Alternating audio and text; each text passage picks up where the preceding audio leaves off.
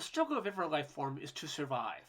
But sometimes, the fight to the top of the food chain can hit a few snags. The Possessed by Arthur C. Clarke. Read by Karl. And now the sun ahead was so close that a hurricane of radiation was forcing the swarm back into the dark night of space. Soon we'll be able to come no closer. The gales of light upon which it rode from star to star could not be faced so near their source. Less than encountered the planet very soon, and could fall down to the peace and safety of its shadow, this sun must be abandoned, as had so many before. 6 cold other worlds had already been searched and discarded. They were frozen beyond all hope of organic life, or they harbored entities of types that were useless to the swarm. If it was to survive, it must find hosts not too unlike those it had left on its doomed and distant home. Millions of years ago, the swarm had begun its journey, sweat starved by the fires of its own exploding sun. Yet even now, the memory of his lost birthplace was still sharp and clear, an ache that would never die. There was a planet ahead, swinging its cone of shadows through the flame-swept night. The sense that the swarm had developed upon its long journey reached out towards the approaching world, reached out and found it good. The merciless buffeting of radiation ceased as the black disk of the planet eclipsed the sun. Falling free of land gravity, the storm dropped swiftly until it hit the outer fringe of the atmosphere. The first time it had made planetfall had almost meant its doom, but now it contracted its tenuous substance with the unthinking skill of long practice, till it formed a tiny, close-knit sphere. Soon its velocity slackened, till at last it was floating motionless between earth and sky.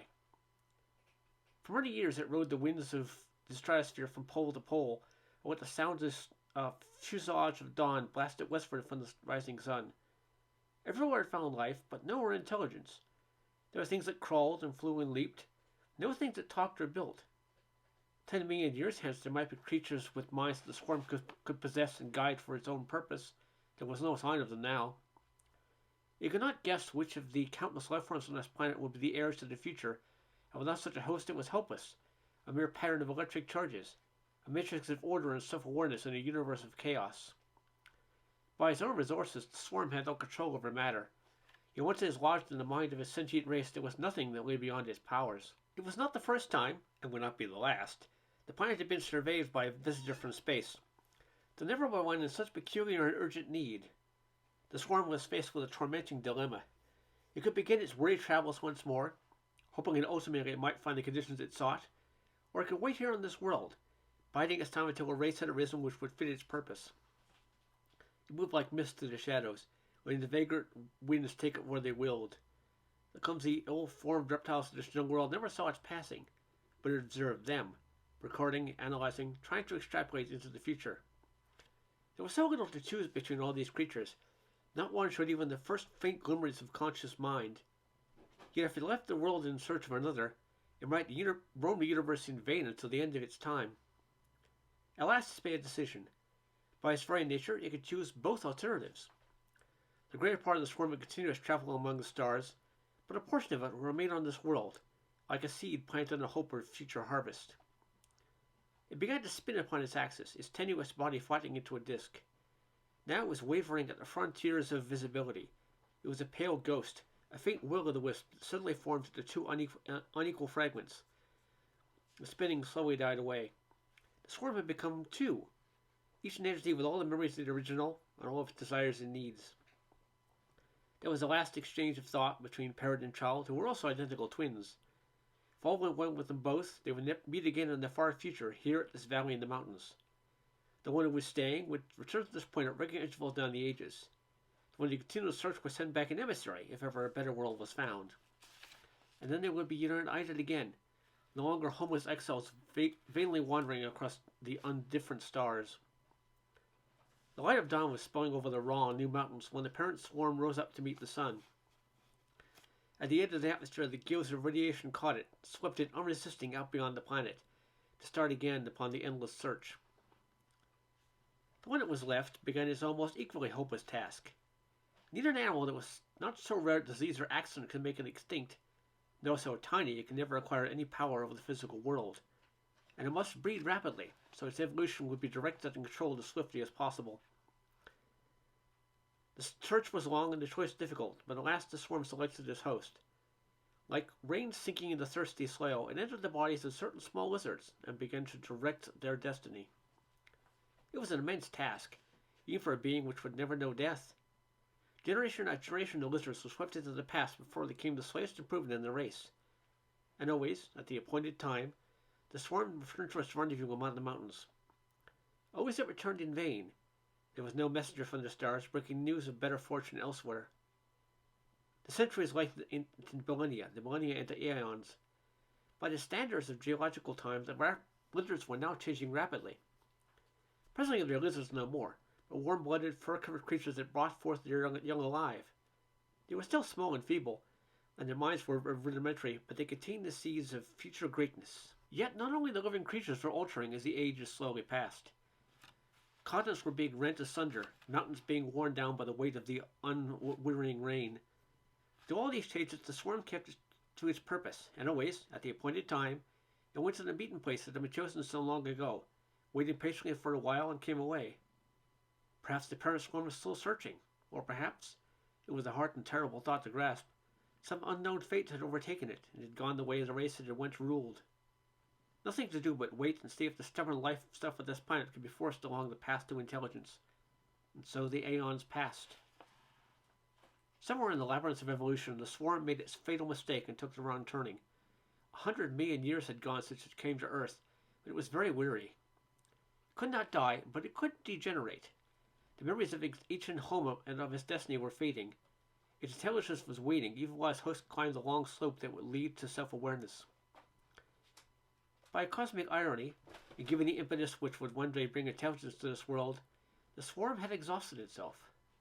It had reached the last stage of parasitism.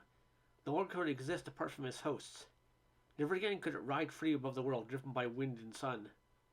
To make the pilgrimage to the ancient rendezvous, it must travel slowly and painfully in 1,000 little bodies.